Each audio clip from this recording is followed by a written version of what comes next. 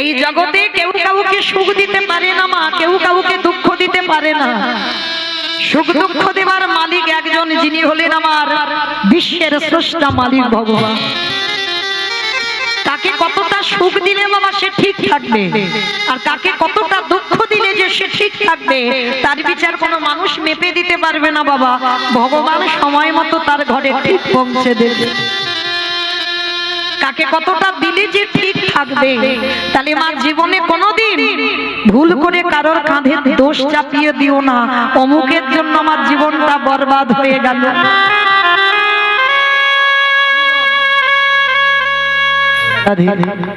সব সময় নিজেদের দিকে খেয়াল রেখে দিও যে আমরা কর্মটা কি করেছিলাম, যার জন্য আজকে আমাদের এই দুর্দশা হলো, যার জন্য আমাদের এত কষ্ট, যার জন্য আমার এত জীবনে দুঃখ জ্বালা যন্ত্রণা। তাহলে কাউকে দোষ দিও না, সুখ দুঃখ দেবার মালিক একজন, যিনি হলেন আমার হরি বন্ধু। আজকের এই জগতের সংসারে কেউ কোনোদিন বলো না মা, যেটা ভগবানের মা শিক্ষা দিয়ে গেল, মনিটা শিক্ষা দিয়ে গেল বাবা, 10-10টা সন্তান হারালো কেন? এই জায়গাটাই আমাদের জানতে হবে বাবা, খুব প্রয়োজন।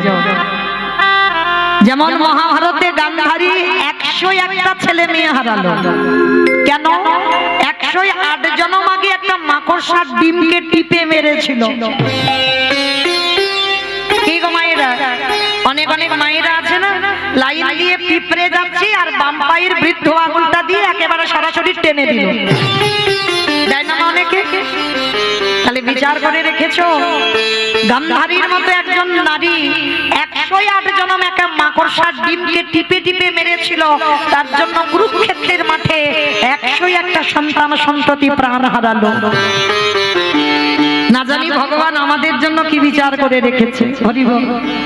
ঠিক ওই রকম ভগবানের মা চৈতন্য মহাপ্রভুর মা সচি ঠাকুরানী একটা অপরাধ করে রেখেছিল, যে অপরাধের জন্য বাবা যতবার জন্ম নিয়েছে ততবার সন্তান হারাতে হয়েছে।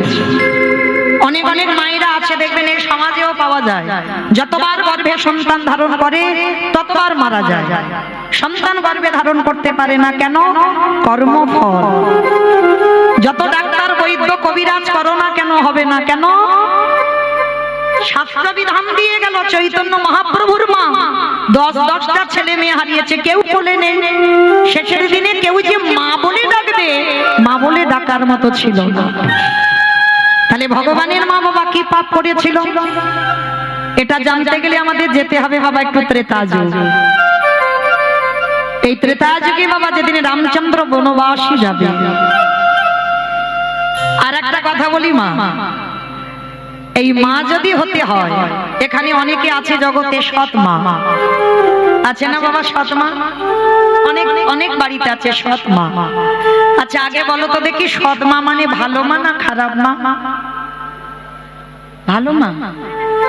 তাহলে তো বলতে পারতাম আমরা ভালো মা, আমরা সৎ মা বলছি। মানে সমাজে বলে বাবা সৎ মা মানে খারাপ মা, চলতি কথা হচ্ছে না। সৎ মা মানে খারাপ মা, ওটা নিজের মার মতো হবে না, ওটা সৎ মা।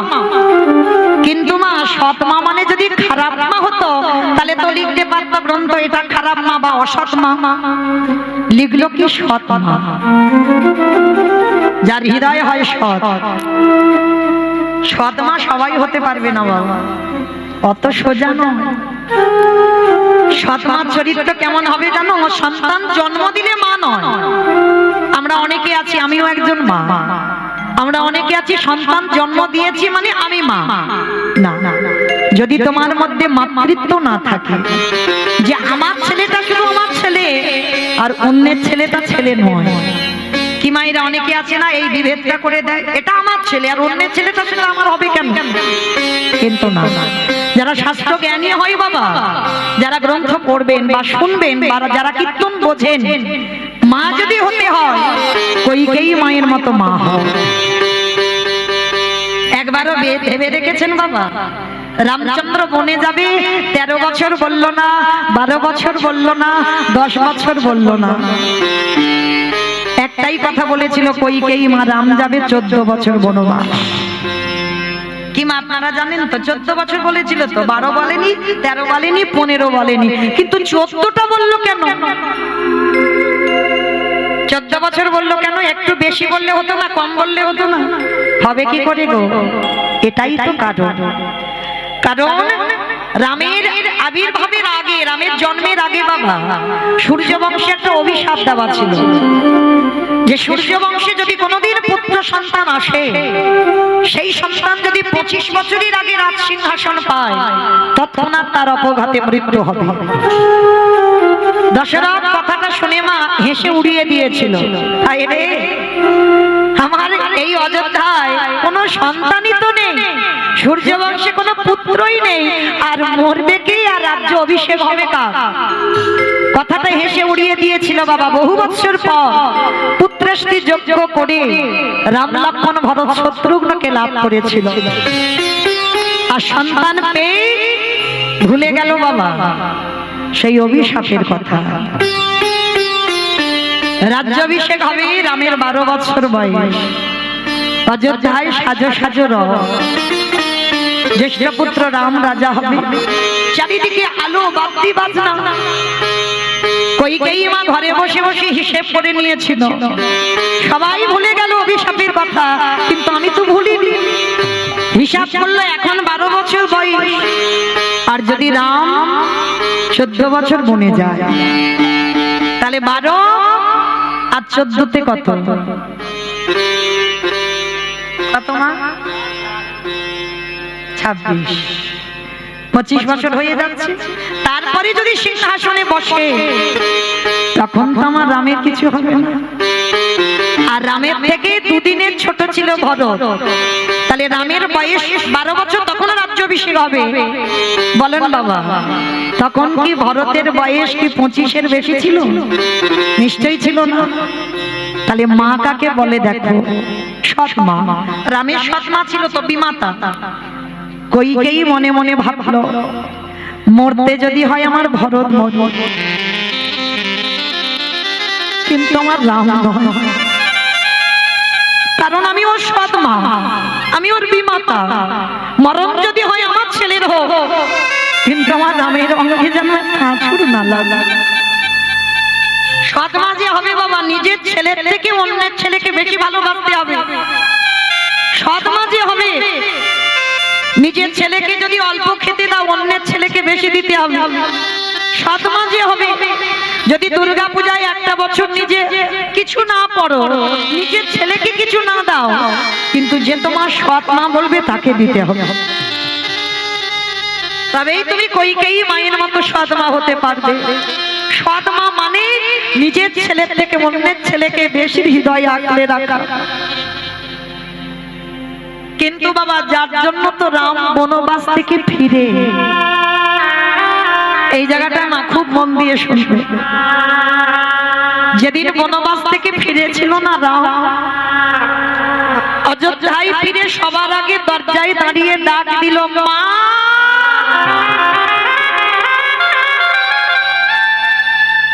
মাগো। যেই না মা বলেছে, সঙ্গে সঙ্গে বাবা কৌশল্যা মানে রামের মা, কৌশল্যা ছুটে এসে বলছে, রাম এই তো বাবা, আমি তোর মা, আমায় ডাকছিলিস? রাম বলছে, না আমি তোমায় ডাকি। সুমিত্রা এসে বলছে, রাম এই তো আমি তোর আর একটা মা। রাম বলছে, মা আমি তোমায় ডাকি। তাহলে আবার কাকে ডাকছিস? আমার কইকেয়ী মা কোথায়? যে কইকেয়ী মা তোকে 14 বছর বনে দিল, যে কইকেয়ী মার কারণে তোর বাবা জীবনের মতোই অযোধ্যা ত্যাগ করলো, প্রাণ হারালো, আমাদের বৈধব্য জ্বালা পেতে হলো, শুধুমাত্র তোর কইকেয়ী মাতার জন্য।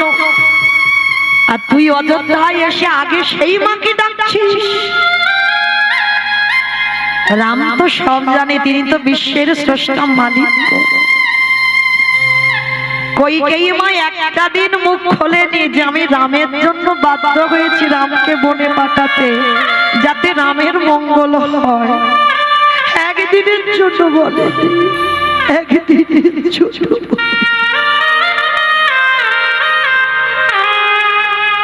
রাম বলে উঠেছিল, বলো না আমার কইকেয়ী মা কোথায়? বলে তোকে বনবাসে দেবার অপরাধে, তোর পিতৃ বিয়োগ হয়েছে, সেই অপরাধে তাকে কারাগারে নিক্ষেপ করা হয়েছে। আর ভরত চিরজন্মের মতো তার মাকে ত্যাগ করে দিয়েছে। রামচন্দ্র ছুটে গেল বাবা সেই কারাগারের দরজায়। কইকেয়ী মার দশা দেখো, কেঁদে কেঁদে না চোখে আর দেখতে পাই না।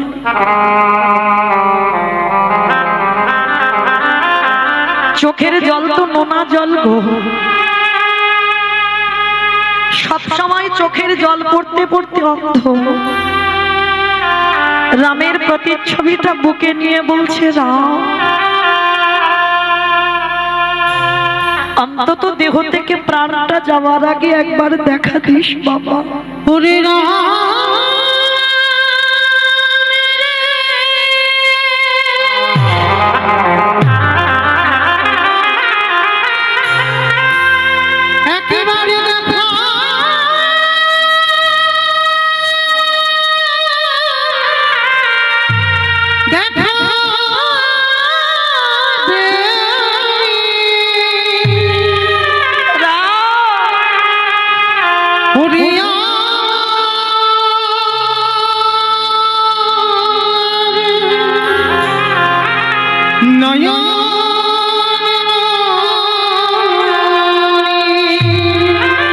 যখনই রাম রাম বলে কাঁদছে, রামচন্দ্র দরজায় গিয়ে আছাড় খেয়ে একেবারে কৌকেয়ী মায়ের চরণ তলে পড়েছে।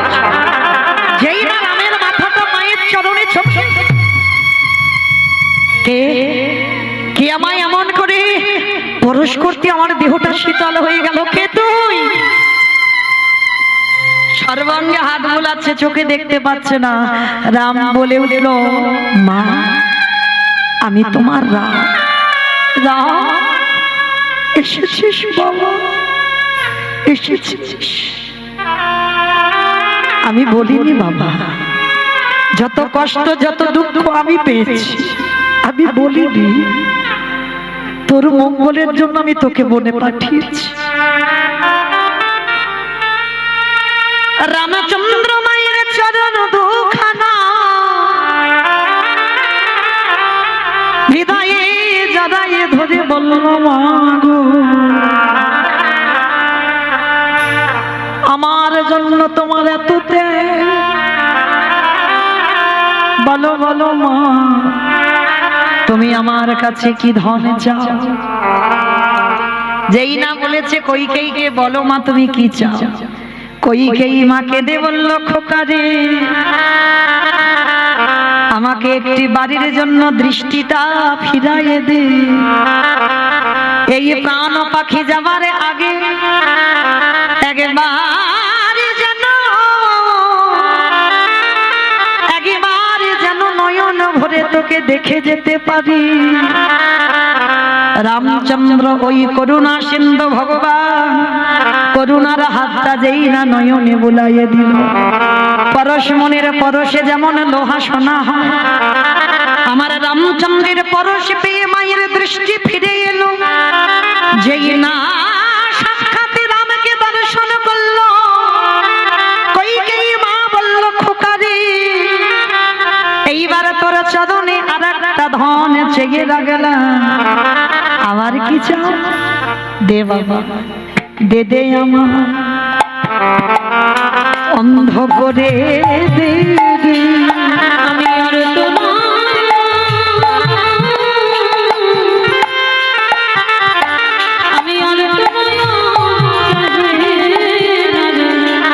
দে দে অন্ধ করে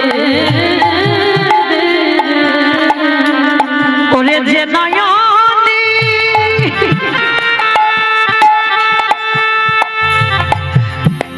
যে নয়নে একেবারে কৃষ্ণ দর্শন আমায় দে দে অন্ধ করে। যেই না বাবা আমার অন্ধ করে দিল, রাম বলছে বলো মা কি চাও? রাম রে দিতে যদি হয় একটা ধন দিস, এই জন্মে আমি তোর বিমাতা হলাম, আমি তোর সৎমা হলাম। এর পরের জন্মে যদি কোনোদিন আমার প্রতি কৃপা থাকে, এর পরের জন্মে আমি তোর সৎমা হতে চাই না। রাম রে এর পরের জন্মে কথা দেবা আমার কোলে পুত্র রূপে, পুত্র রূপে বসে দিলে আমি অন্যকে।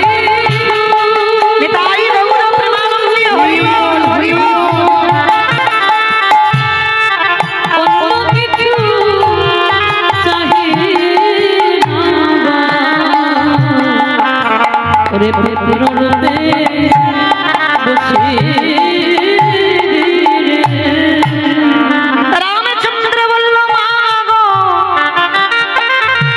আমি কথা দিলাম আমি তোমার গর্ভে পুত্র রূপে যাব, কিন্তু মা করার তো কিছু নেই। আমি আমার কৌশল্যা মাকে কথা দিয়ে রেখেছি। কি দিয়েছিস রাম? যেদিন আমি 14 বছরে বনবাসী হব, সেদিন আমার মা আমাকে একটু দুগ্ধ খাওয়াতে এলো।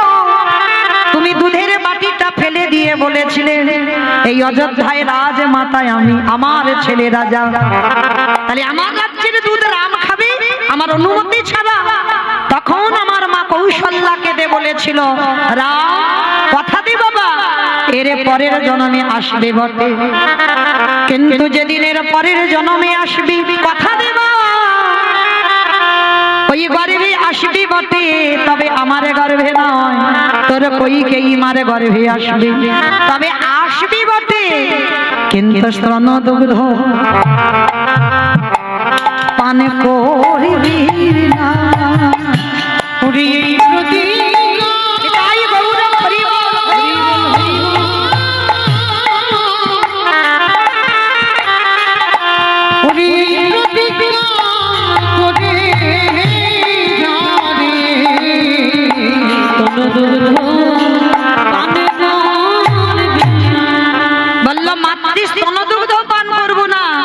কৌশল্যা অভিশাপ দিয়েছিল কইকেই আমার রাম 14 বছর বনে গেল, আমি রামকে হারালাম 14 বছর পরে আবার কোলে পাবো, কিন্তু আমি সত্যি যদি রামের মা হই আমি তোকে অভিশাপ দিলাম যতবার তুই সন্তানের জননী হবি ততবার তোকে সন্তান হারাতে হবে হবে হবে। সবাইরা এই কথাটা জানবার জন্য এত দূরে আসা। এবার একটু মিলিয়ে নেন, সেই রামের মা কৌশল্যার অভিশাপে কইকেয়ীকে 3 বার জন্ম নিতে হয়েছিল, আর যতবার জন্ম নিয়েছে ততবার সন্তান হারিয়েছে। দেখো প্রথমে জন্মে হলো দেবকী, ওই দেবকী হয়ে কংসের কারাগারে ছোটি ছোটি পুত্র সন্তান এলো। কংস মামা কারাগারে তাদের পাশানে প্রাণ নিয়ে নিল। সপ্তম গর্ভে এলো আমাদের বলরাম, ওই বসুদেবের প্রথমা পত্নী রোহিণীর গর্ভে চালনা করতে হলো। অষ্টম গর্ভে এলো আমার কৃষ্ণচন্দ্র, ভাদ্র কৃষ্ণাষ্টমী তিথিতে বাবা বসুদেব মাথায় করে নন্দালয়ে রেখে এলো। আমার হিসেবগুলো করে রাখবে। প্রথম জন্মে দেবকী হয়ে 8টা চলে গেল, কেউ কোলের কাছে রইল না, কেউ মা বলার মতো রইল না। শেষের দিন হয়েছিল কি না 8টা চলে গেল। তাহলে সেই কইকেয়ী হয়েছে দেবকী প্রথম জন্ম। দ্বিতীয় জন্ম কথাই হলো ওই জগন্নাথ ধাম পুরী ধাম লীলাচল, ইন্দ্রদম্ন রাজার স্ত্রী যার নাম হলো গুন্ডিচা মা।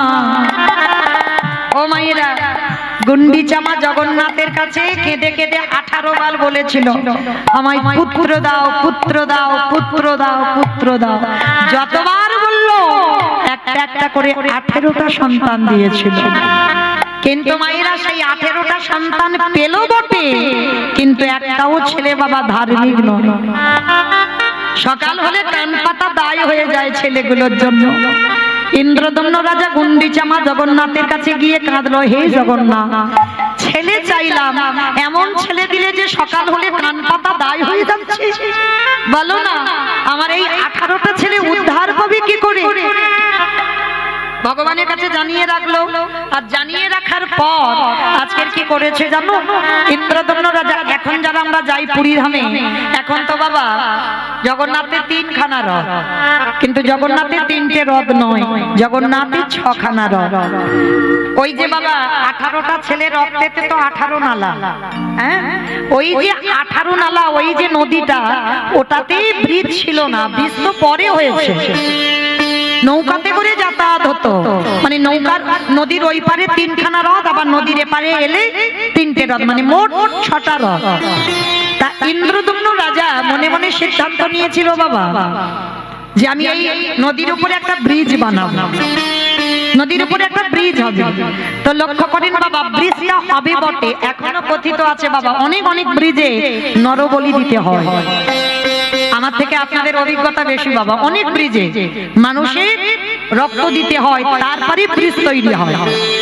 তো আজকের এই ইন্দ্রদম্ন রাজা যতবার ওই ব্রিজ তৈরি করে বাবা, সকালবেলা বানায়, রাত্রিবেলা ভেঙে সব নদীতে মিশে যায়। তা যখনই মিশে যাচ্ছে ইন্দ্রদম্ন রাজা গিয়ে কাঁদলো, হে জগন্নাথ, আমার কি এমন অপরাধ? আমি তো আমার জন্য নয়, যাতে সমাজে সবার ভালো হয়, সুবিধা হয়, তার জন্য আমি ব্রিজ বানাচ্ছি, কিন্তু কিসের জন্য হচ্ছে না? দৈববাণী করলো ইন্দ্রদম্ন, ব্রিজ তখনই হবে ওই প্রতিটা বিমের মাথাতে বাবা নরবলি দিতে হবে, মানে একটা একটা করে মানুষের মাথা। ইন্দ্রদম্ন রাজা কেঁদে উঠল, জগন্নাথ, আমি যতগুলো বিম তৈরি করব, আমি অত ছেলে পাবো কোথা থেকে? কার মার বুক থেকে আমি ছেলে আনবো? চিন্তা করতে করতে মনে পড়ে গেল আমার নিজেরই তো ঘরে 18টা ছেলে, তাহলে দরকার কি অন্যের মার বুক খালি করা? কি গো, কত ধার্মিক দেখো, কত সমাজের কথা ভেবেছে। মানে নিজের জন্য নয়, ব্রিজ হবে মানে সবার মঙ্গল, যেতে আসতে সুবিধা হবে, সবার জন্য নিজ পুত্র বলবো। পারবেন দেখাতে জগতে একটা মানুষ? একটা পারবেন? অন্যের মার বুক খালি করলো না, নিজে একটা একটা করে 17টা ছেলেকে বলি দিয়ে 17টা বিম তৈরি করলো, আর একটা ছেলে মা গুন্ডিচা ধরে রেখেছে, দেবে না। যতই হোক মা তো দিতে চাইছে না। তখনই ইন্দ্রদম্ন রাজা এসেছে, গুন্ডিচা দাও, ছোট ছেলেটাকে দাও। 17টা ছেলেকে নিয়ে নিয়েছো, কিছু বলিনি, তোমার ধর্মের কাজে আমি জীবনে বাধার সৃষ্টি করিনি, তবে আমার এই ছোট ছেলেটাকে নিও না, একটা মা বলার জন্য রেখে দাও। গুন্ডিচা, এটা তুমি কি করলে? তুমি আমার সহধর্মিণী হয়ে তুমি আমার ধর্ম কাজে বাধা দিলে, আজ থেকে আমি তোমার সঙ্গ ত্যাগ করলাম। যারা যাবেন পুরী ধামে গিয়ে আসবে, দেখে আসবেন মাসির বাড়ি একেবারে ইন্দ্রদম্ন রাজার মতো বাড়ি বানিয়ে দিয়েছিল ইন্দ্রদম্ন রাজা গুন্ডিচার জন্য। সেদিন থেকে গুন্ডিচার সঙ্গ করেনি, কেন না শুধুমাত্র ধর্ম কাজে একটা ছেলেকে দিতে চাইনি বল। আর সেই ছেলেটাকেও কেড়ে নিয়ে 18 ছেলেটাকে বলি দিয়ে ওই রক্তেতে যখনই মাথাটা দিল, তাদের রক্তেতে হয়েছে 18 নালা। জগন্নাথ ইন্দ্রদম্ন রাজা স্ত্রী গুন্ডিচা মায়ের কাছে কেঁদে বলেছিল, মাসি কথা দিলাম, এই যে ধর্ম কাজের জন্য তোমার 18টা ছেলে বলি হলো, কথা দিলাম পৃথিবী যতদিন থাকবে, যতদিন এই ধরিত্রী থাকবে, আমি 9টা দিন তোমার কোলে এসে তোমার হাতের রান্না সেবা করব। এত মহামারী হয়ে গেল বাবা, জগন্নাথের আশা আটকানো যায়নি মাসির বাড়ি। জগন্নাথ মাসির বাড়িতে এসেছে, 9টা দিন ওখানে থেকে আবার উল্টো রথে গন্তব্যস্থলে ফিরেছে। তা এই 18টা ছেলেকে বলি দিল কেন বাবা? এখানে প্রত্যেকের মনে একটা প্রশ্ন, যিনি জগন্নাথ জগতের নাথ, এত বড় বিধান যে 18টা ছেলেকে বলি দিল, এটা কি অপরাধ নয়? বলছে না, অপরাধ নয়। কি গো, সব মৃত্যুতে অপরাধ নয়, 18টা ছেলেকে নিজের হাতে বাবা বলি দিল, এতে অপরাধ নয়। কেন? ওই যে গুন্ডিচা মা গিয়ে কেঁদেছিল, আমার 18টা ছেলে মুক্তি পাবে কি করে? বাবা নিজের হাতে কেটে মাথাগুলো ওই ব্রিজে দিয়েছে। সাধু গুরু বৈষ্ণব যখন ব্রিজের উপরে দিয়ে যায়, একজন শুদ্ধ ভক্তের চরণ ধুলা যদি 18টা ছেলের মাথায় পড়ে, তাদের পূর্বপুরুষ উদ্ধার পাবে। তাই বলল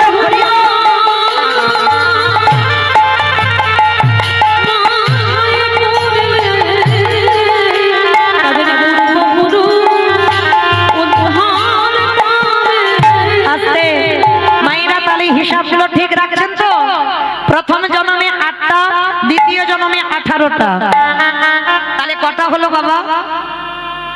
26টা। এইবার তাহলে দুটো জন্ম দেব কি হলো, গুন্ডিচা হলো। ওই তৃতীয় জন্ম কোথায় হলো?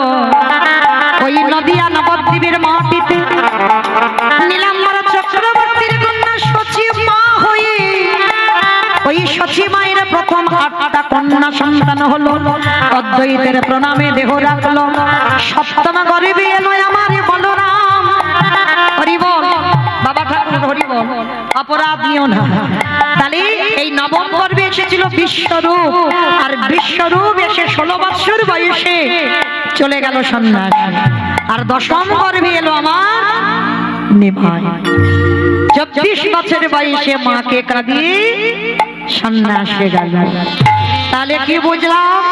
রামকে 14 বছর কাঁদানোর অপরাধে যতবার জগতে মা হলো ততবার সন্তান হারাতে হলো।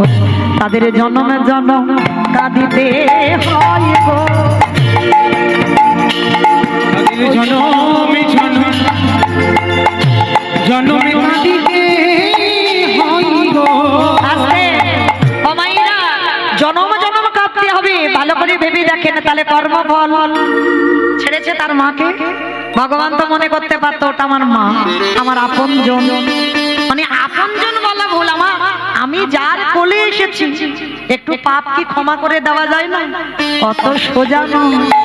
ভগবান বিধান দিল, কেউ এখানে আমার আপন নয়, কেউ এখানে আমার পর নয়। ডাকার মতো যেজন ডাকে, যে স্বয়ং ধর্মকে আঁকড়ে ধরে, স্বয়ং ধর্ম তারে রক্ষা করে। তাহলে এখানে আমার কেউ আপন নয়, কেউ আমার শত্রু নয়, আর কেউ আমার মিত্র নয়। এ কথাটা আমি মৌমিতা বলছি না। কুরুক্ষেত্রের মাঠে মাতা গান্ধারী কৃষ্ণকে বলেছিল, কৃষ্ণ কুন্তি তোর নিজের পিসি, তাই ওর 5টা ছেলেকে বাঁচিয়ে দিলি, আর আমি তোর নিজের পিসি নয় বলে আমার 100টা ছেলেকে নিধন করে দিলি। ভগবান এসেছিল, ও পিসি, বৃথাই তুমি আমার কাঁধে চাপিয়ে দিচ্ছ দোষ। তোমার ছেলেকে আমি মারিনি, আমি মারবো কেন? তুমি বোধহয় ভুলে গেছো চোরের ধন বাটপাড়াই নেয়। ঠিক আছে, এটা চলতি কথা বললাম, চোরের ধন বাটপাড়াই নেয়। তুমি চুরি যদি না করে রাখো কোনো না কোনো দিন, তাহলে তোমার ধন সম্পত্তি চুরি হবে কেন? ঠিক আছে, অনেকের ঘর বাড়ি সোনা দানা সব চুরি হয়ে যায় না, যাই তো বাবা। হ্যাঁ, তাহলে ভালো করে ভেবে দেখেন, তুমি যদি কোনোদিন চুরি না করে রাখো তাহলে তোমার ধন চুরি হচ্ছে কেন? আমার কথা বিশ্বাস করতে হবে না, শাস্ত্রের দিকে তাকিয়ে দেখেন, এগুলো তো আমার কথা নয়, মিথ্যা নয়। হ্যাঁ, অপিসি, তোমার পাপের ঘরা পূর্ণ হয়েছে, তাই তো আজকের এই দশা। আর যদি তোমার পাপের ঘরা পূর্ণ না হতো, তোমার আজকের কুরুক্ষেত্রের মাঠে এতগুলো ছেলে যেত। কৃষ্ণ আমি ওদের মা বলে না, মা জন্ম দিয়েছে মানে মা নয়। 100টা ছেলে তোমার নয়, সবকটাকে চুরি করেছ। কৃষ্ণ আমি 100টা ছেলে চুরি করেছি বলে, হ্যাঁ কৃষ্ণ, কিন্তু আমার যে মনে হয় আমি আপন নয় বলে তুই আমায় কাঁদালি। ও পিসি, তাহলে এটা যদি তোমার মনের কথা হয়, আজ আমি তোমায় একটা জিনিস দেখাবো, চল। গান্ধারীর হাতটাকে ধরেছে, ধরে বাবা কুরুক্ষেত্রের মাঠে নিয়ে গিয়ে দেখাচ্ছে বিশাল বড় একটা বট গাছ। এই জায়গাটা মা খুব মন দিয়ে শুনবে, অনেক কিছু জানতে পারবে। বিশাল বড় একটা বট গাছ, আর এই বট গাছে একটা ছোট্ট বাবা টুনটুনি পাখি বাসা বেঁধে আছে। টুনটুনি পাখি, স্বামী স্ত্রী দুজন, আর 5টা বাচ্চা বাসাতে আছে। তা যেই না বাসাতে বাচ্চাগুলোকে নিয়ে বসে আছে, ঠিক সেই সময় আমার ওই পুরুষ পাখি আর স্ত্রী পাখি, স্বামী স্ত্রী, তা হঠাৎ বাবা ওই কুরুক্ষেত্রের মাঠে ঢেরি পিটিয়ে গেল। শোনো শোনো শোনো, আর 3 দিন পরে কুরুক্ষেত্রের মাঠে যুদ্ধ হবে, যে যেখানে আছো সবাই এখান থেকে পালিয়ে যাও। পুরুষ পাখিটা স্ত্রী পাখিকে ডেকে বলছে, অগিন্নি শুনলে কি বললে গেল? আর 3 দিন পরে যুদ্ধ শুরু হবে, চলো না আমরা এখান থেকে চলে যাই। স্ত্রী পাখিটা, হরি বল, মায়েরা সংসার সুখের হয় পুরুষের গুণে, রমণীর গুণে। বাহ, পরে নারী শক্তি। নারী ঠিক না হলে বাবা সব টলমল করবে, কিচ্ছু ঠিক থাকবে না। তাহলে মাইরা এই যে বড়াই করে বললে রমণীর গুণে, এইটা খেয়াল রাখতে হবে সে নারীটা কেমন হওয়া উচিত। সংসারটা তার জন্য কিন্তু শক্তি নেবে, তার জন্য শক্ত হবে। তাহলে এই যে পুরুষ পাখিটা বলছে টুনটুনি চলো আমরা চলে যাই এখান থেকে, তা স্ত্রী পাখিটা বলছে হ্যাঁ গো তোমার কি মাথা খারাপ? বলে কেন মাথা খারাপ হবে কেন? বলে গেল শুনলে না মাটির যুদ্ধ শুরু হবে আর আমাদের একটুখানি প্রাণ পাখি, আমরা বাঁচবো, আমাদের মৃত্যু হয়ে যাবে, চলো চলে যাই, আমার বাচ্চাগুলোকে নিয়ে অন্য জায়গায় বাসা বাঁধি। স্ত্রী পাখিটা বলছে দাঁড়াও, আমার এই 5টা বাচ্চার যদি কিছু অসুখ হয় না আমি তার চরণে ফেলে দিয়ে রাখি। ডাক্তার, পার্থিব জগতের ডাক্তার নয়, ডাক্তার, এটাই তত্ত্ব বাবু, ভালো সেই করে ডাক্তার, আমি তার চরণে ফেলে দিই, আমার বিশ্বাস। তাহলে এতদিন আমি যার চরণ আঁকড়ে বসে আছি, আজ আমার এই যে ঘোর বিপদ, 3 দিন পরে যুদ্ধ হবে, তোমার কি মাথা খারাপ? আমি এখান থেকে যাব নাকি? আমাকে দেখতে হবে না? শেষের দিনে দেখি সে আমার কি করে। কি গো একটা নারী কত বিশ্বাস, দেখি গোবিন্দ কি করে। একদিন হয়ে গেল, 2 দিনের মাথায় আবার বলছে ও টুনটুনি দেখো তোমার আমার বয়স হয়েছে, আমরা মরে যাই, যাই আসে না, আমার 5টা বাচ্চার যদি কিছু হয়ে যায়, ওরা তো সবই পৃথিবীতে এসেছে, চলো না এখান থেকে গিয়ে আমরা অন্য গাছে বাসা বাঁধি। স্ত্রী পাখিটার একটাই কথা, দেখি গোবিন্দ কি করে, বিশ্বাস তার একটাই কথা। এতদিন তারে ডেকে গেলাম আর আজকের আমার এই ঘোর বিপদে দেখতে হবে না, দেখি সে কি করে। হ্যাঁ 2 দিন হয়ে গেল, 3 দিনের মাথায় বাবা এবার যুদ্ধ শুরু হয়ে গেছে। এবার পুরুষ পাখিটা বলছে থাকো তুমি এখানে, আমি চললাম। সঙ্গে সঙ্গে স্ত্রী পাখিটা বলছে আমি তো জানি তুমি চলে যাবে, তুমি তো আমার চিরস্থায়ী নয়, আজ না হয় কাল না হয় চলে যাবে, কারণ যতদিন আমার যৌবন ততদিন তুমি আমার, এটা আমি জানি। আর যেদিন আমার যৌবন চলে যাবে তুমি আমার কাছ থেকে চলে যাবে, যাও তাতে আমার অসুবিধা নাই, কিন্তু আমার একটা কথা, দেখি গোবিন্দ কি করে। যুদ্ধ শুরু হয়ে গেল। পুরুষ পাখিটা মনে মনে ভাবছে মরতে হয় 2 লোকে একসঙ্গে মরি, যাব না, যা হয় হোক, এতদিন তো কাটিয়ে দিলাম, রয়ে গেছে। যুদ্ধ শুরু হলো, বড় বড় রথী, বড় বড় মহারথী, হাতি ঘোড়া সব প্রাণ হারাচ্ছে, রক্তের বন্যা বয়ে যাচ্ছে কুরুক্ষেত্রের মাঠে। যখনই বাবা রক্তের বন্যা বইছে, আবার পুরুষ পাখিটা স্ত্রী পাখির কাছে এসেছে, ও গিন্নি ওই দেখো কত বড় বড় বীর, বড় বড় রথী, বড় বড় হাতি, বড় বড় ঘোড়া সব প্রাণ হারাচ্ছে, চলো না কোথাও চলে যায়। যেই না বলেছিস বড় বড় হাতি, বড় বড় ঘোড়া, বড় বড় রথ, ওই টুনটুনি পাখি কেঁদে বলে উঠলো স্বামী গো, বড় বড় বীর দেখলে, বড় বড় রথী দেখলে, বড় বড় মহাবীর দেখলে, বড় বড় হাতি দেখলে, বড় বড় ঘোড়া দেখলে, কত রথ ভেঙে যাচ্ছে দেখলে, রক্তের বন্যা বয়ে যাচ্ছে দেখলে, কিন্তু একবার তুমি দেখতে পেলে না অর্জুনের রথের সারথি হয়ে দাঁড়িয়ে আছে।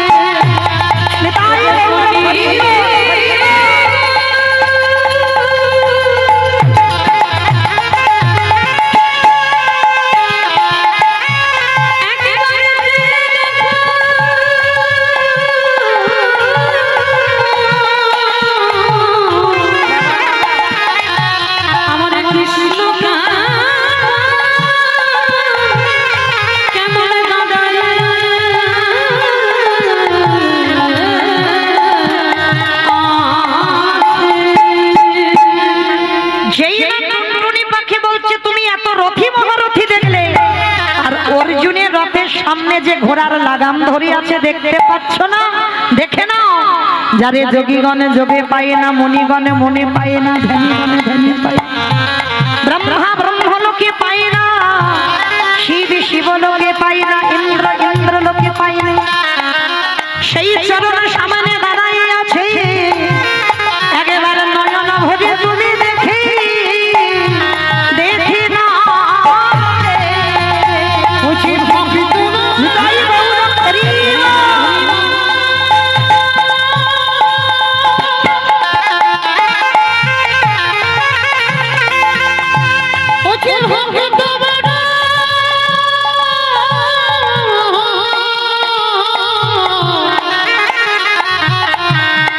বড় ভালো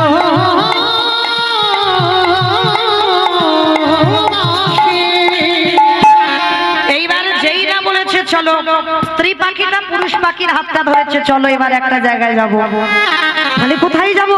আমরা উড়ে অন্য জায়গায় যাব। বলে না, 5টা বাচ্চাকে নিয়ে অর্জুনের ওই যে রথের চাকায় আছে, ওই চাকার তলায় আমরা 5টা বাচ্চাকে নিয়ে মাথাটা দিয়ে বসে। শোনা মাত্র পুরুষ পাখিটা চমকে উঠে, এটা কি বলছো টুনটুনি? এখনো বেঁচে আছি আর রথের চাকায় মাথা রাখলে ও রথ চললে আমরা মরে যাব। বলে ওটাই তো চাই, তুমি বোধহয় জানো না, এই জগৎ সংসার কালে যদি কোনো ব্যক্তি শুভ কাজে যায়, শুভ কাজে যাওয়ার আগে যদি মরা দেহ দর্শন করে যায়, তার দিন নাকি শুভ হয়ে যায়। আমার জানো তো, কোথাও যেতে গেলে যদি পাশ থেকে যায়, বলো হরি হরি বল, বলো হরি বলো হরি, সঙ্গে সঙ্গে হাত দুটো জোরে করে বলি না, ঠাকুর মনে হয় দিনটা ভালো যাবে। মরা দেহ দেখে যাচ্ছি, বলি তোমা, এটা একেবারে প্রবাদ, সবাই বলি মরা দেহ যদি দেখা হয় দিন ভালো যায়। অপরাধ নিও না মা, কানটা মুলে নিচ্ছি, সব মরা নয়। কি গো, কেউ যদি বোতল খেয়ে মরে যায় তাহলে কি হবে কাজ? তোমার দিন শুভ হবে? ও আরো তুমি দেখে যাচ্ছ মানে তোমার আরো নরকে যেতে হবে। কেউ যদি বিষ খায়, গলায় দড়ি দেয়, লাভ হবে কি? তাহলে কোন মারা দেখতে হবে? যে মারা যেই বদনে কৃষ্ণ নাম বলতে বলতে প্রাণ হারা, যে মারা সারা জীবন কৃষ্ণ ধ্যান, কৃষ্ণ জ্ঞান, কৃষ্ণ চিন্তা, কৃষ্ণ মরণ, কৃষ্ণ স্মরণ, কৃষ্ণ ছাড়া আর জানে না, সেই মরা দেখে যদি যাও তোমার দিন ভালো যাবে। আজকে স্ত্রী পাখিটা পুরুষ পাখিকে বলছে, দেখো গিন্নি, আমরা যদি যাই মরে যাব। বলে ওটাই চাই, কারণ আমার মতো ভক্ত, আমার মতো ভক্তের মরা দেহ দেখে যদি আমার কৃষ্ণ যুদ্ধ শুরু করে, আমার বিশ্বাস আমার কৃষ্ণ ওই যুদ্ধে কোনোদিন পরাজিত হবে না। হরি বল। এইবার 5টা বাচ্চাকে নিয়ে টুনটুনি তারা স্বামী স্ত্রী রথের চাকার তলায় মাথাগুলো পেতে দিয়েছে। ও মাইরা, ভগবান চিন্তামণি তো, তার নাম চিন্তামণি নয়? মানে জলের তলায় যদি একটা পাথর থাকে, পাথরের ভিতরে যদি পিঁপড়ে থাকে, সেই পিঁপড়ের আহারের ব্যবস্থা আমার ভগবান করে। মানে জলের তলায় পাথর, পাথরের ভিতরে পিঁপড়ে, তার ভাবনাকে ভাবে চিন্তামণি ভগবান। এইবার রথের চাকার তলায় বসে আছে, ভগবান তো অন্তর্যামী। ও মায়েরা, প্যান্ডেলের চারিদিকে চোখ ঘুরে ঘুরে বেড়াচ্ছে, শুধু আমি নয়, আমার চোখে ধুলো দেওয়া যায়, কিন্তু যে ছেলেটা বাঁশি বাজাচ্ছে খাতা কলমে হিসেব হয়ে যাবে সময় মতো, কে কীর্তন শুনলো, কে শুনলো না, কে কেঁদে গেল, কে হেসে গেল, আর কে বসে বসে সন্ধ্যাবেলা।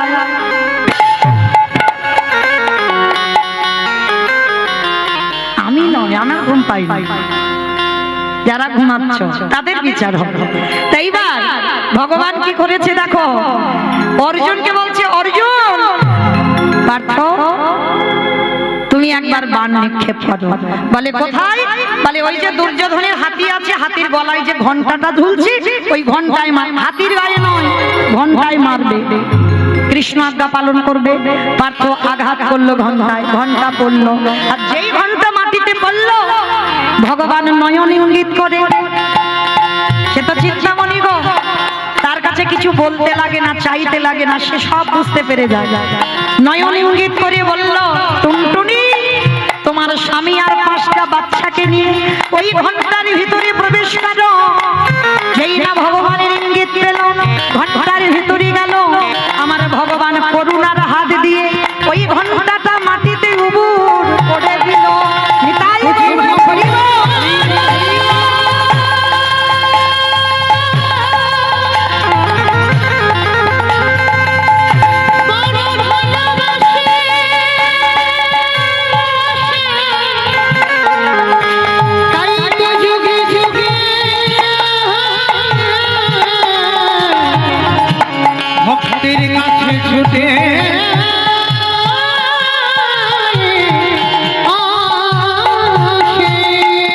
যেই ঘন্টাটা উড় করে দিল তার উপরে দিয়ে সরে 17 দিন যুদ্ধ শুরু হয়ে গেল।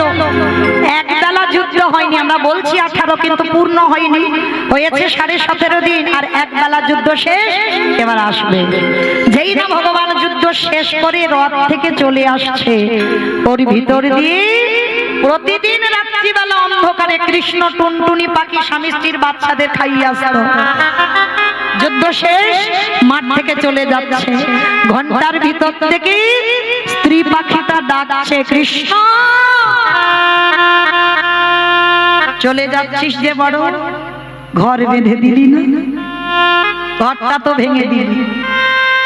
ভক্তই তো পারে ভগবানকে চোখ রাঙাতে, ভক্তই তো পারে ভগবানকে শাসন করতে, ভক্তই তো পারে ভগবানকে মারতে। কিরে বেঁধে দিলি না?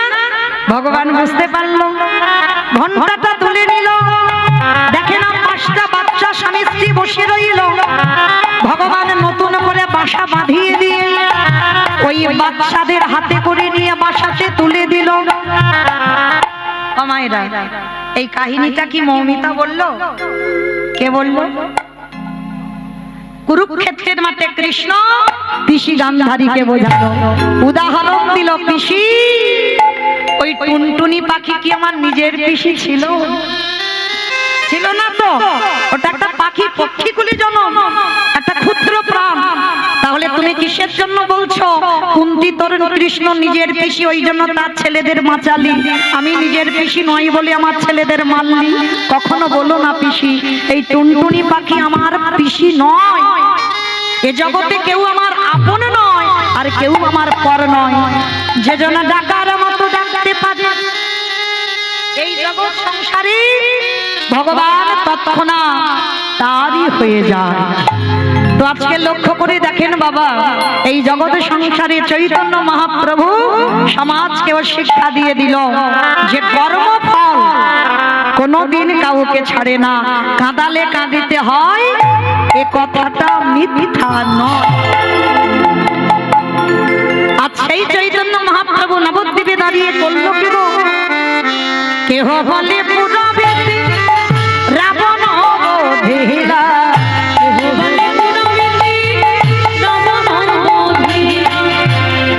আমার উলু কই? মাঠে খুঁজছে। কেহ বলে পুরবেতে রাবণ বধিলা, কেহ বলে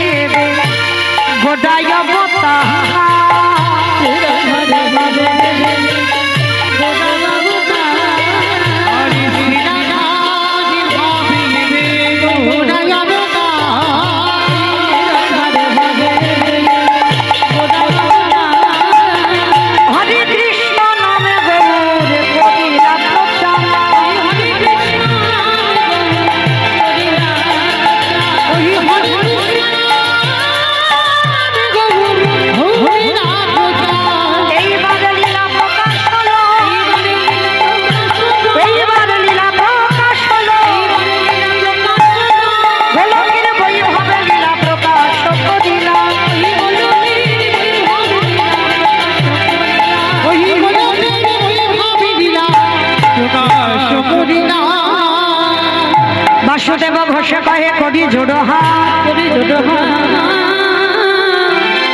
ওগো যে সেই কৃষ্ণ সেই তো জগন্নাথ বাসুদেব কাহে মানে কাশি বাসুদেব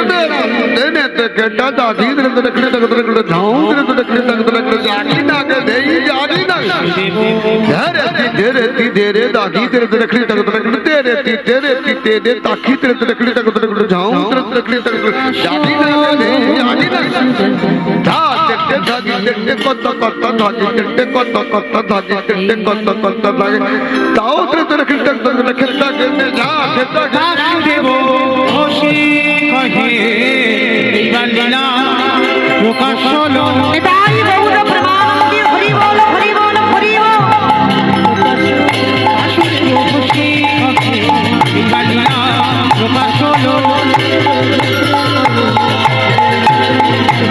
আরে বাসুদেব খুশি কহে এইবার লীলা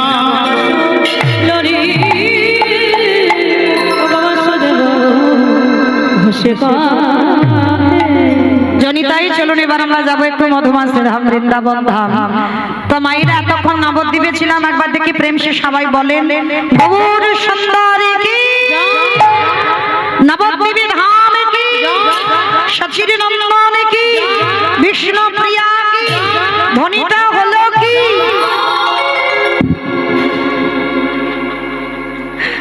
এটা জয় বললাম ধনী এই হচ্ছে ভক্ত মানে বিভোর ডুবে গেছে বুঝতে পারিনি আমি কি বলছি বললাম ধনীটা হলো কি এটা জয় নয় একটু প্রেম সে জয় দিতে হবে এত জোরে জয় দাও কত দূর শোনা যাবে উস্তি চলে যাবে উস্তি মায়েরা যাবে বুঝতে যাবে ওর ওই ভাষাই হবে হটুগঞ্জ যাক হটুগঞ্জ ও মায়েরা যাবে উস্তি গেলেই হবে যাবে বাবা বৃন্দাবন যাবে সর্বনাশ মানে দম আছে মানে বেশ এই দমটা রেখে দিও কেমন যে যাবে এ জন্মে না হোক এর পরের জন্মে না হোক তার পরের জন্মে না হোক কিন্তু যাবে কই দেখি এবার হাত দুটো তোলো দেখি একবার সবাই আমার নিতাই চাঁদ গৌর হাত নামাবে না কিন্তু কারণ এদিকে বলবো আবার ওদিকে বলবো দুদিকে যেতে হবে তো সবাই দিকে তোলো কই আমার ভাইরা সব মোবাইল গুলো রাখো হাতগুলো তোলো দেখি একবার হরি বল এইদিকে এবার এদিকে যাই কই সবাই দেখি তোলো একসঙ্গে সবাই বলবে কেমন সবাই বলো গৌর সুন্দরী কি নবদ্বীপে ধাম কি সচির নন্দন কি বিষ্ণু প্রিয়া কি নিতাই চাঁদ কি ভক্ত বৃন্দ কি হরিবাসর ধাম কি সাধু গুরু বৈষ্ণব আপন আপন গুরু চরণ নিতাই গৌর প্রেমানন্দে হরি বল আমাইরা চলো এবার দেখি একটা ভজন গাইতে গাইতে একটু যাই ব্রজে কিমা একটা ভজন হবে তো চলো কই দেখি একটু জোরে উলুধ্বনি দাও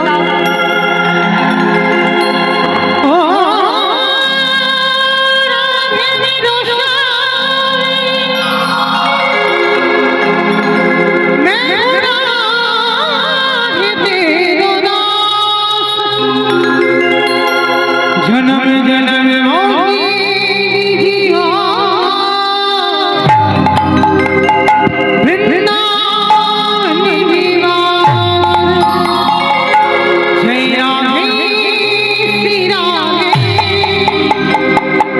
জয় কৃষ্ণ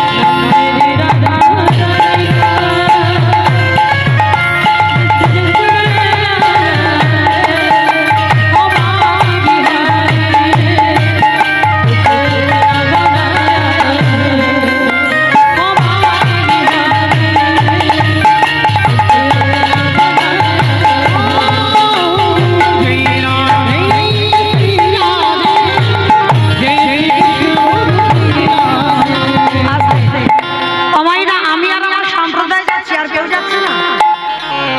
সবাই যাব? যারা যারা যাবো আর একবার কান মুলে বলছি, মা কালীর দিব্যি আর বলবো না। সবাই দেখি আবার হাত দুটো তোলেন আমার সঙ্গে সবাই। এদিকের মায়েরা একসঙ্গে তালে তালে ওই জায়গাটা ধসে মতো আর যাচ্ছে, তাহলে সবাই একসঙ্গে তালে তালে করো, তালে কেমন? নাম মেরি রাধা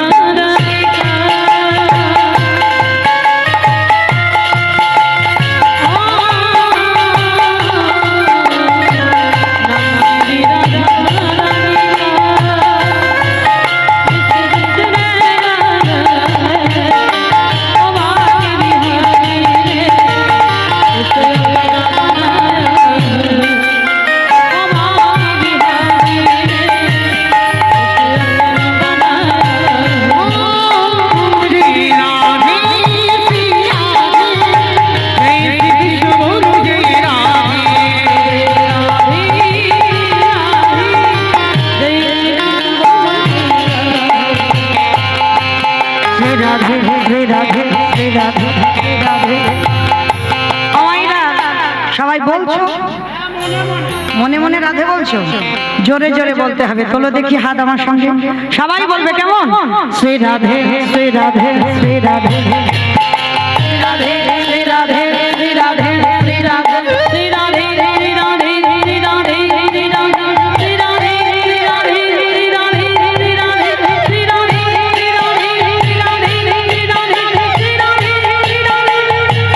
রাধে শ্রী রাধে শ্রী রাধে শ্রী রাধে শ্রী রাধে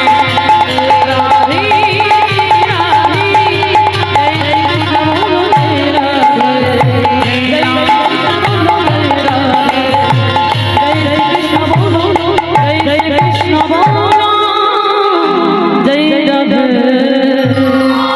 প্রেম সে বলো রাধা রানী কি। আমার জয়টা ঠিক হলো?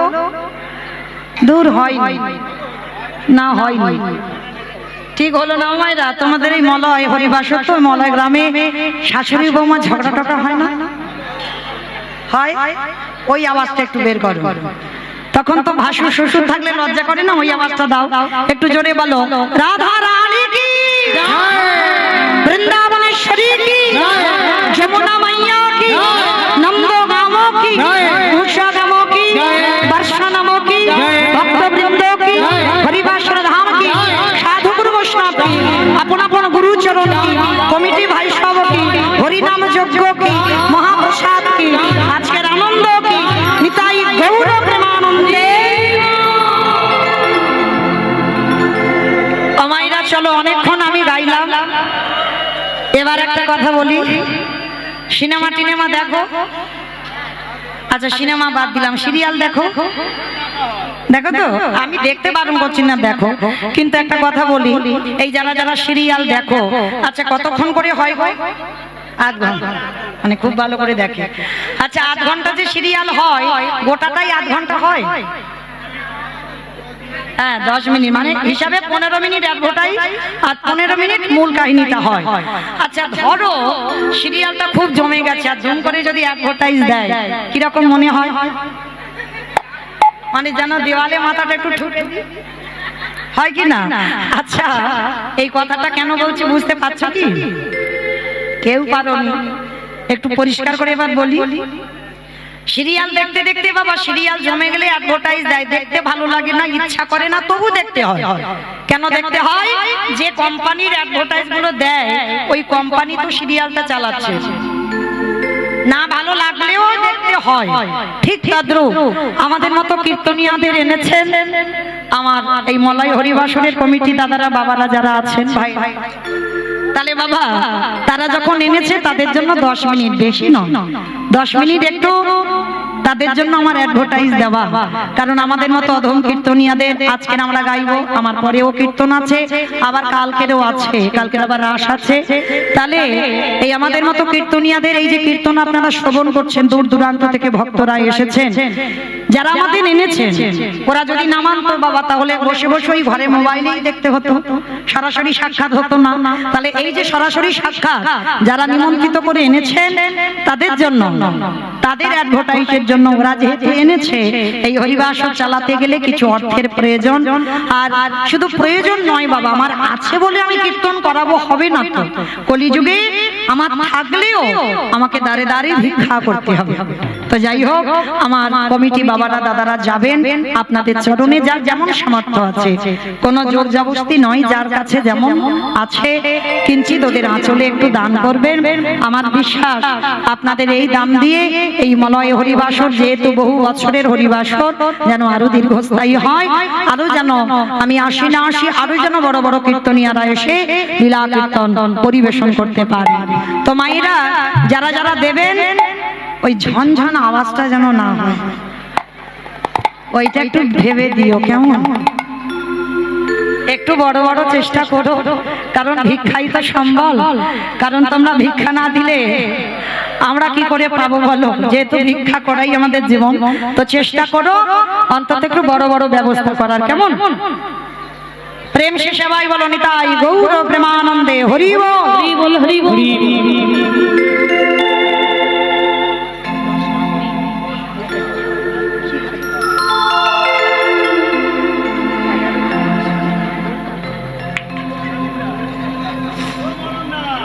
চলো মাইরা, তবে গন্ডগোল নয়, একটু শান্তভাবে আস্বাদন করবে, কেমন? চলো আজকে আমরা আস্বাদন করব, যতটুকু সময় আমরা থাকবো ততটুকু আমরা লীলা আস্বাদন করব। এই রঘুনাথ দাসের বৈরাগ্য, এই যে রঘুনাথ দাস, ষোড় গোস্বামীর মধ্যে বাবা এক গোস্বামী হলেন রঘুনাথ দাস। আমরা যারা ভক্তি জীবনে নামছি, যারা ভজন সাধনে নামছি, এই ছজনার নাম, ছজনার পথ অবলম্বন আমাদের করতে হয়। সেই ছজন কে কে? শিরব সনাতন ভট্ট রঘুনাথ, শ্রীজীব গোপাল ভট্ট দাস রঘুনাথ, এই ছয় গোসাইয়ের করি চরণ বন্দন, যাহা হইতে বিঘ্ন নাশে অভীষ্ট পূরণ। এই ছয় গোসাই যদি ব্রজে কইল রাধা কৃষ্ণের নিত্য লীলা করিলা প্রকাশ।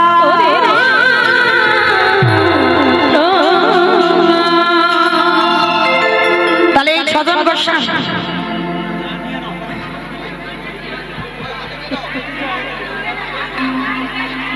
ঠিক আছে,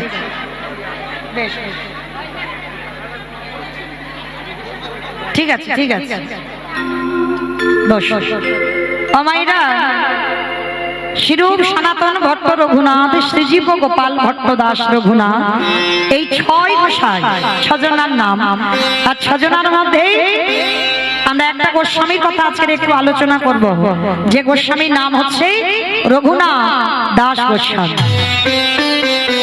এই রঘুনাথ দাস গোস্বামীর বাড়ি কোথায়? হুগলি জেলায় আদি সপ্তগ্রাম। আস্তেমা কথা নয়, দান দেন, ধ্যানটাই দিকে রাখেন। হুগলি জেলায় আদি সপ্তগ্রাম। আর এই আদি সপ্তগ্রামে জমিদার পরিবারের ছেলে, বাবা হলো গোবর্ধন দাস আর জ্যাঠামশাই হলো হিরণ্য দাস। যেমন রামের কথা বললে বাবা লক্ষণের নাম এসে যায়, আর এই গোবর্ধন আর হিরণ্য এরা দুই ভাই, ঠিক এই রাম লক্ষণের মতো জুটি। মানে যা করে দুই ভাই, মানে এরা মারামারি পেটাপেটি লাঠালাঠি করার ভাই ভাই নয়, জায়গা জমি নিয়ে বাবা শিলপোথার ভাই ভাই নয়। মানে এতটাই মিল, মানে যা কিছু করে দুই ভাই, যেখানে যাই দুই ভাই। কিন্তু হিরণ্য দাস সংসার করেনি গোবর্ধন দাসের ঔরসে রঘুনাথ দাস। কিন্তু মা রঘুনাথ দাস হচ্ছে মানত করা সন্তান। মায়েরা অনেকে মানত করে সন্তান পান না, ডাক্তার বৈদ্য কবিরাজ করেও বাবা বংশে একটা সুযোগ্য সন্তান হচ্ছে না। 7 ঠাকুর করছেন, কিন্তু আমি একটা জায়গার নাম বলে দিই মা, যাবে বিশ্বাস, আমার বিশ্বাস। এই হরিবাসরে দাঁড়িয়ে বলে যাই মা, ডাক্তার বৈদ্য কবিরাজ না করেও এক জায়গায় গিয়ে যদি বাবা ঠিক ঠিক নয়ন জলে বুক ভাসিয়ে বলতে পারে আমার রাধারানী তাকে কৃপা করবে। সেটা কোথায়? যেটা হচ্ছে উত্তরপ্রদেশ, রাধা কুণ্ডের তীর। এই রাধা কুণ্ডের তীরে বাবা যারা পঞ্জিকা দেখেন দেখবেন বগুলা অষ্টমী দুর্গা পূজার পরে পরে এই বগুলা অষ্টমীতে বাবা একটা স্নান যোগ থাকে। এই স্নান যোগে যেটা রাধারানীর রাধা কুণ্ডের আবির্ভাব তিথি, এই রাধা কুণ্ডের আবির্ভাব তিথিতে গিয়ে যদি আমার রাধারানীর কাছে বাবা স্নান করে ভিক্ষার আঁচলটা পেতে যদি বলতে পারেন রাধে তুমি যদি করুণাময়ী হও, তুমি যদি কৃপাময়ী হও, তুমি যদি প্রেমময়ী হও, তুমি আমার বংশে একটা কৃষ্ণ বলা পাঠিয়ে দিও, যে অন্তিম সময় যে তোমার চরণ আশ্রয় করতে পারে। আজকে সেই রঘুনাথকে পেয়েছিল বাবা ওই রাধা কুণ্ডের তীরে মানত করে। আর যেদিন থেকে রঘুনাথ জন্ম নিয়েছে বাবা, জন্ম থেকেই বাবা বৈরাগ্য। সাধুগুরু বৈষ্ণব দেখলে ছোটবেলা থেকে রঘুনাথ তাদের সঙ্গে চলে যায়। বড় লোক তো, বড় লোক বলা ভুল হবে বাবা, এর বাবা জ্যাঠার সংসারে আয় ছিল মাসে 12 লক্ষ স্বর্ণ মুদ্রা, আর নবাবকে কর দিত 8 লক্ষ স্বর্ণ মুদ্রা কর। সেই রঘুনাথ আজকে ছোটবেলা থেকে বাবা সাধু সঙ্গ ভক্ত সঙ্গ করতে ভালোবাসে। আর ছোটবেলা থেকে তার একটাই খেলা, রাধা কৃষ্ণ সেবিব জীবনে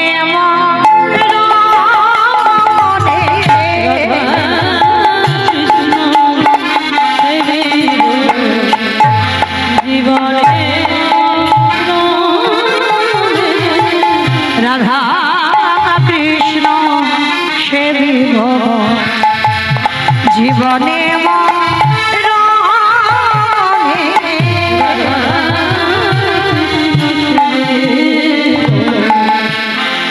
জীবনে অগধে লীলা কদম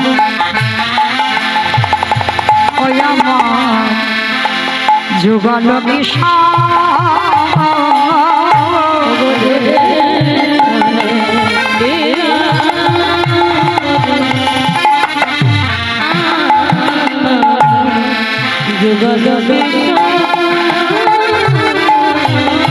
আবার সখীর সঙ্গিনী হইয়া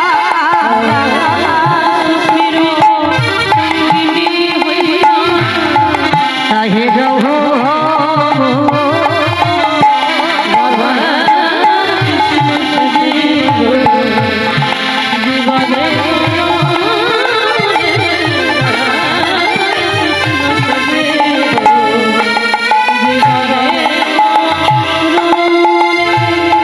বৃন্দাবনে নিত্য নিত্য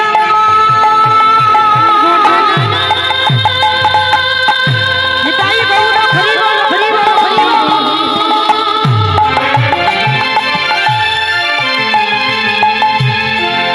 গোড়া গোড়া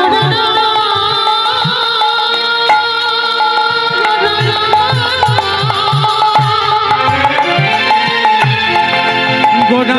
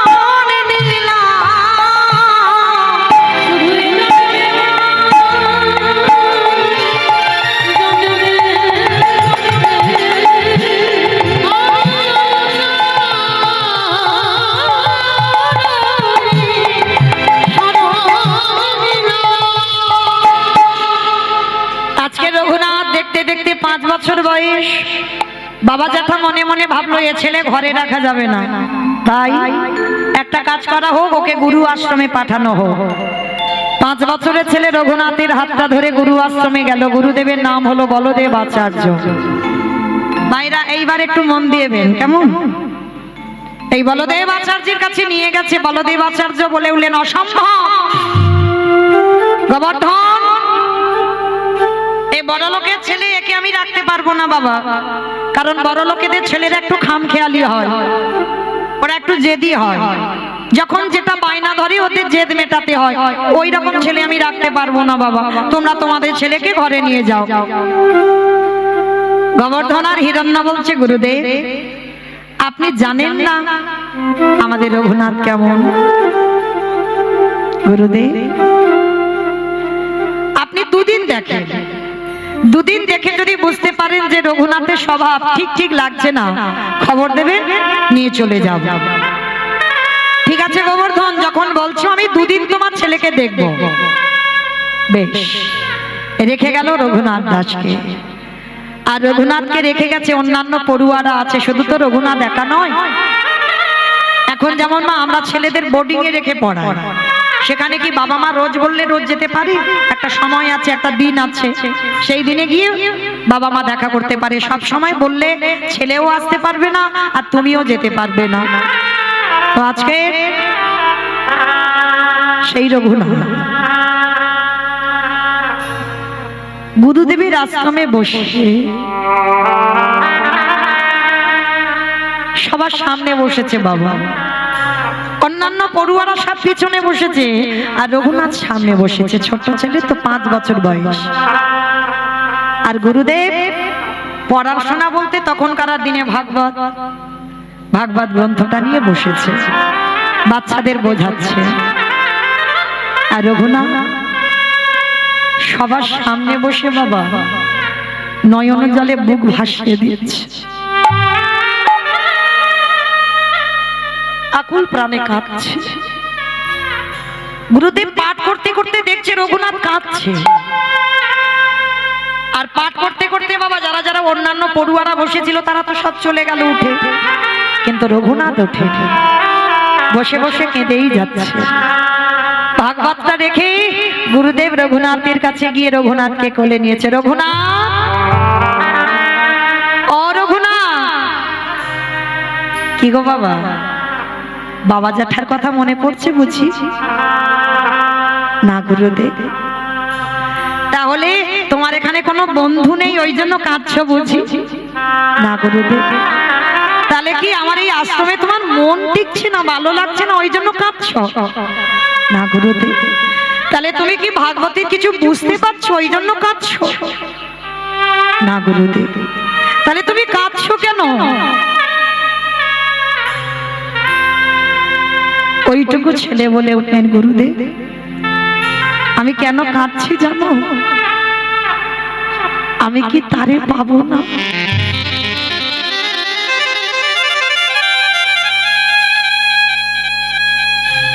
এই জায়গাটা মা খুব হৃদয়ঙ্গ করবেন। কীর্তন শুনতে শুনতে, কীর্তন গাইতে গাইতে যাবার সময় হয়ে গেল, তবু বাবার হৃদয়ে এতটুকু বৈরাগ্য এলো না, এতটুকু গোবিন্দ ভাবনা, গোবিন্দ চিন্তা এলো না। শুধু এলাম, খেলাম আর ঘুমালাম আর ঘরে গেলাম, আর কোনো ভাবনা রইল না আমাদের। ওইটুকু একটা দুধের বালক রঘুনাথ গুরুদেবকে বলছে, গুরুদেব আমি কি তারে পাবো না? তা গুরুদেব তো হঠাৎই বুঝতে পারছে না, রঘুনাথ তুমি কার পাওয়ার কথা বলছো, কি পাওয়ার কথা বলছো? গুরুদেব আমি কি কৃষ্ণ চরণ পাবো না? কথাটা শুনে গুরুদেব বলদেব আচার্য চুপকে উঠেছে। রঘুনাথ, রঘুনাথ এতটুকু বয়সে এত চেতনা, বলো না গুরুদেব আমি কি পাবো না কৃষ্ণ চরণ? পাবি বাবা পাবি। আমি তোর মতো ছেলে এতটুকু বয়সে আমি দেখিনি, আমি এত ভাগবত পড়ি, এত ভাগবতের শ্লোক মুখস্থ, কিন্তু তোর মতো কৃষ্ণ ভাবনা আমার হলো না। আমি আশীর্বাদ দিলাম বাবা, কৃষ্ণ দর্শন তোর হয়ে যাবে। গুরুদেব আশীর্বাদ দিল।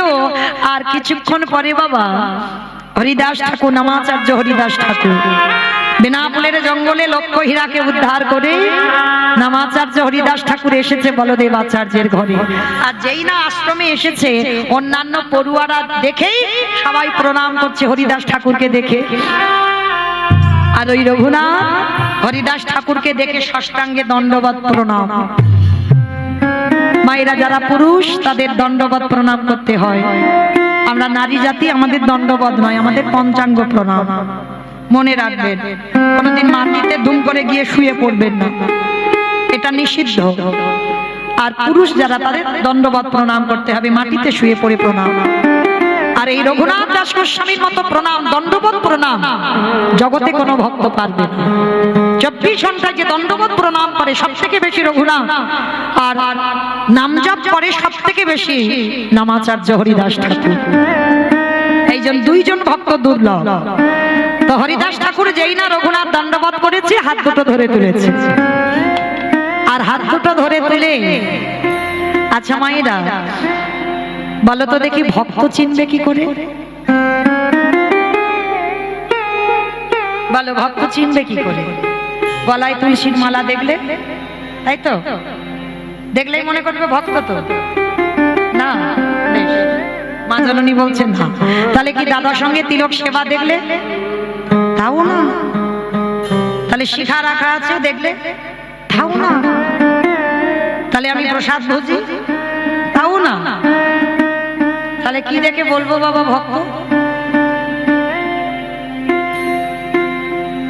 ভক্ত চিনতে গেলে ভক্তের নয়নের দিকে তাকাতে হবে। ভক্তের নয়ন মানে ভক্ত চিনবে নয়নে, ভগবান চিনবে চরণে। ভক্ত চিনতে গেলে বাবা তার নয়নের দিকে চাইতে হবে। একবার একবার কৃষ্ণ নামে যার হৃদয় তোলে,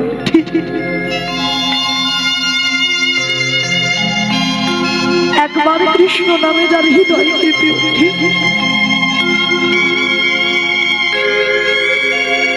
ত্রিনাদপি শুনেছি না তররিব সহিষ্ণু না, অমানি না মানদেন কীর্তনীয় সদা ক্ষতি।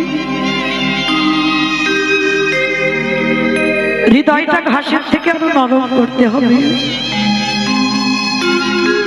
গাছের মতো সহিষ্ণুতা হতে হবে। সমাজে যাকে কেউ মান দেয় না, তোমাকে মান দিতে হবে। ভক্তের মধ্যে কোনো মান সম্মান বোধ থাকবে না। যদি একটা গালে কেউ চড় বসায় আর একটা গাল বাড়িয়ে দেবে,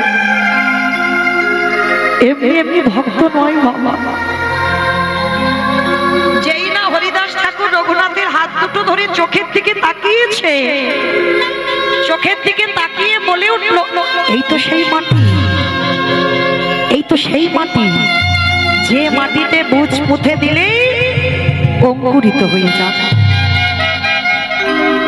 পেয়ে গেছে, এই ছেলে পারবে কৃষ্ণ নাম প্রচার করতে, এই ছেলে পারবে জগতে ভক্তি সম্পদ কি জানাবার জন্য একেই আশা।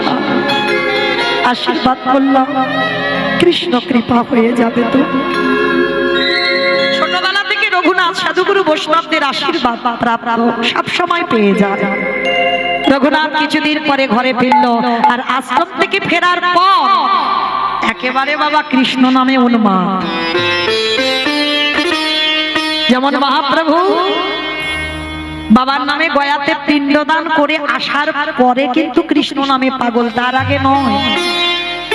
তার আগে আমার নিমাই সবার পিছনে লেগে লেগে বেড়াতো। বৈষ্ণবদের দেখলে বাবা পিছনে কাছা টেনে খুলে দিত, শিখা রাখা দেখলে পিছনে ওই শিখা ধরে টান দিত। মানে এত দুষ্টু ছিল নিমাই। হ্যাঁ, কিন্তু সেই নিমাই যেদিন বাবার নামে পিণ্ড দিতে গেল, আর পিণ্ড দিয়ে আসার পর কৃষ্ণ নামে একেবারে উন্মাদ, আর সংসারে মন বসে না। রঘুনাথের আজকে সেই দশা। গুরু আশ্রম থেকে ফেরার পর উন্মাদ হয়ে গেল, কিছুতেই আর ঘরে রেখে দেওয়া যায় না। শেষে জ্যাঠামশাই হিরণ্যদাস রেগে গিয়ে বলে উঠলেন, রঘুনাথ কে আছিস নারী প্রহরী, ওকে কারাগারে বন্দী করে দে। এ ছেলে যখন কৃষ্ণ বলে না ওকে কারাগারে বন্দী কর। যেই না শুনেছে রঘুনাথ কারাগারে থাকবে, রঘুনাথ হেসে বলছে, জ্যাঠামশাই এতদিন পরে তুমি ঠিক করেছো, এতদিন পরে ঠিক করেছো। লোকালয়ে থাকলে কৃষ্ণ ভজন হয়ে